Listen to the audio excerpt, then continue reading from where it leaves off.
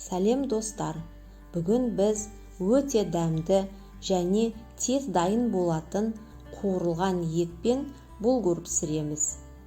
Ол үшін алдымен майда 500 грамм туралған етімізді қызарғанша қуырамыз. Оған 1 шай қасық тұз салып араластырамыз.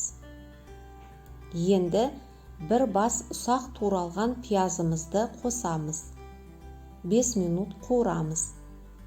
Етке дәмдеуіштер қосамыз. Паприка, құрғақ чеснок, ащы қызыл бұрыш, етке арналған дәмдеуішті қосып, араластырып, үстіне 1 ас қасық томат қосамыз. Және 100 грамм су құямыз. Жай отта ет піскенше бұқтырамыз. Ет дайын болған соң үстіне ірі туралған 2 болгар бұрыш қосып 5 минут қуырамыз. Болгар бұрышы езіліп кетпеу керек. Енді гарнир булгурды пісіреміз.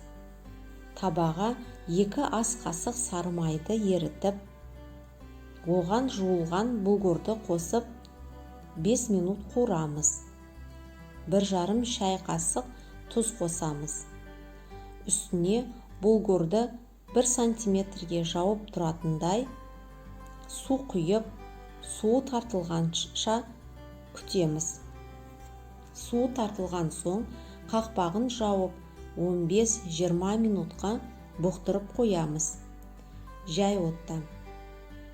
Тамағымыз дайын, дәмі ерекше, отбасыларыңызға ұнайды.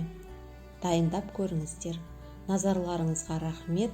Каналға жазылуды ұмытпаймыз.